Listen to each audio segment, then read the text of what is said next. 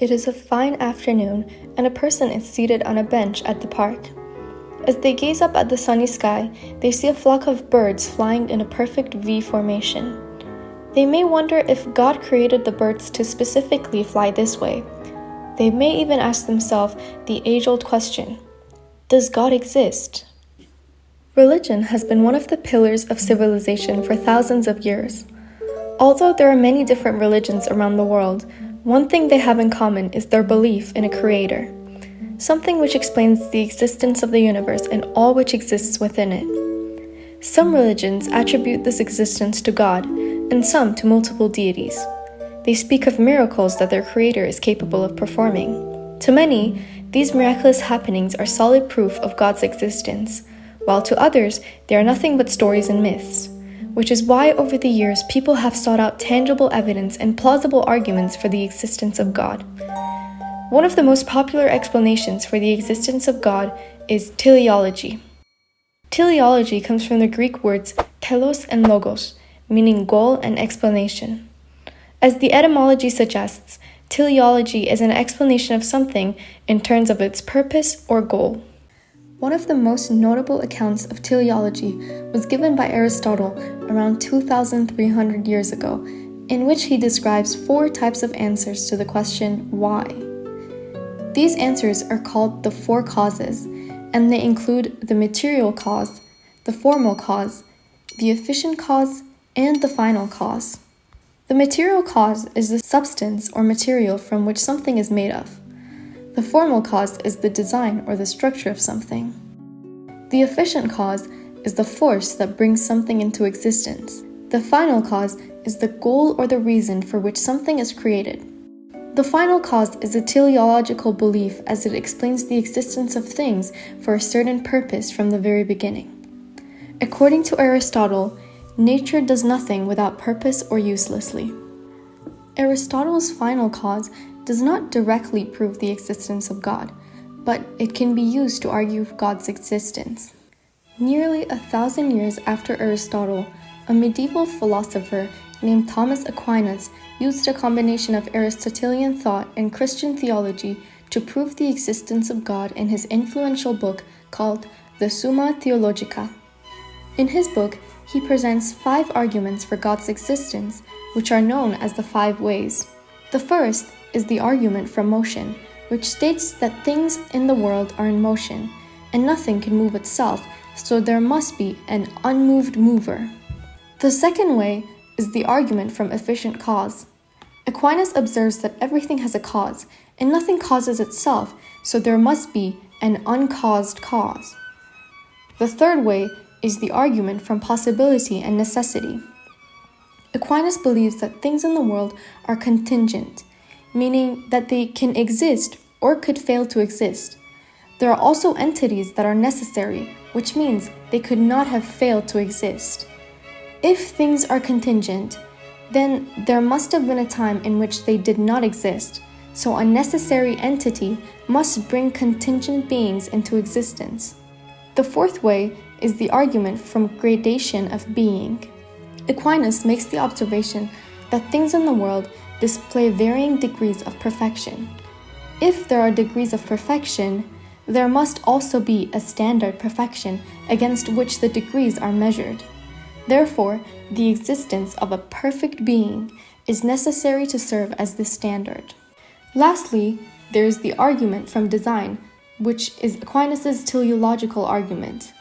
Similar to Aristotle, Aquinas observes that the world exhibits order and purpose. Nothing in nature functions haphazardly, which suggests that there is intentional design. If there is intentional design, there must be an intelligent designer who governs the universe. During Aquinas' time and the few hundred years after, the general population had unwavering faith in the Church and Christian theology. These beliefs started to be challenged by the late 17th century, marking the beginning of the Enlightenment. The aim of the Enlightenment was to promote reason and individualism. The thinkers during this time used scientific inquiry and empirical observations to further their cause. Rapid scientific advancement and reasoning gave way to the questioning of authority and rationalism rather than superstition and dogma. During this time, there were some who advocated for secularism and the separation of the church from the state. However, the skeptics of religion still held a minority position in the Enlightenment. Many famous thinkers of the time were steadfast believers in God and argued for its existence with the use of logic. One of such people was English philosopher William Paley. In 1802, Paley published his book titled Natural Theology, or Evidences of the Existence and Attributes of the Deity. Paley sought to prove the existence of God by observing the natural world. His most famous argument is the watchmaker analogy. Suppose a person is walking and they see a stone on the ground. When asked about how the stone had gotten there, they might have no answer. However, if instead of a stone, they came across a watch laying on the ground, their answer would be different. One can assume there must be a watchmaker who created the watch in the first place. One can easily infer that the watch was created for a purpose, and its purpose is to tell the time. Paley argues that the same can be said for nature.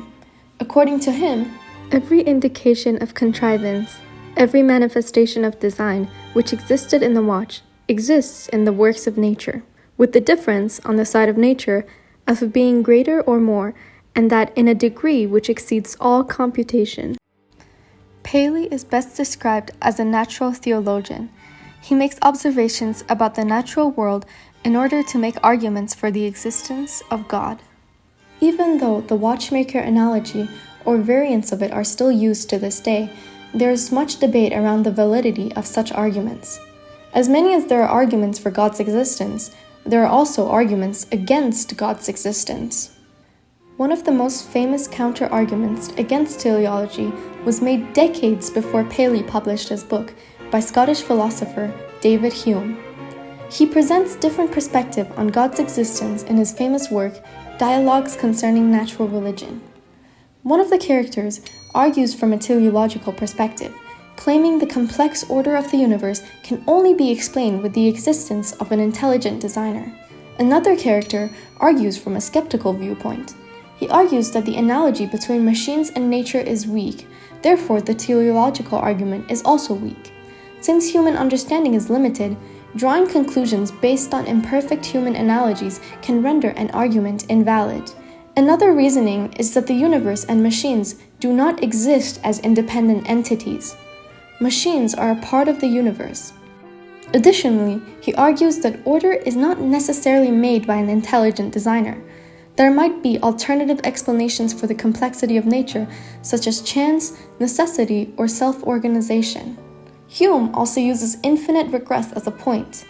If everything was made on purpose by an intelligent designer, then each designer requires their own designer. One can still argue that God is an all-powerful being who does not need a designer to exist, to which Hume brings up the problem of evil. He questions how the existence of suffering and evil in the world can be reconciled with the existence of an omniscient, omnibenevolent, and an omnipotent being. Hume's arguments are certainly plausible, but they are not as widely accepted as an argument which completely changed the course of society when it was published in 1859, and that is Darwin's theory of evolution. In his book, On the Origin of Species, Darwin developed the theory of natural selection. He presented evidence from various fields to support his theory that species evolve over time and ones with the more advantageous traits are more likely to survive and reproduce. In teleology, it is believed that everything is designed with a specific purpose to almost perfection. Therefore, there cannot be room for evolution and change. From a teleological standpoint, the complexity of the natural world is due to an intelligent designer. However, evolutionary theory explains that the complexity of nature is due to the years of mutation. From a scientific perspective, teleological beliefs fully contradict evolution and natural selection. To this day, God's existence is a highly debated topic. There are a multitude of arguments and counter-arguments for it. There is no set answer on this topic, as faith is highly personal and varies depending on each person. It is crucial, however, to be open to different perspectives and show willingness to question one's own beliefs. Thank you for watching.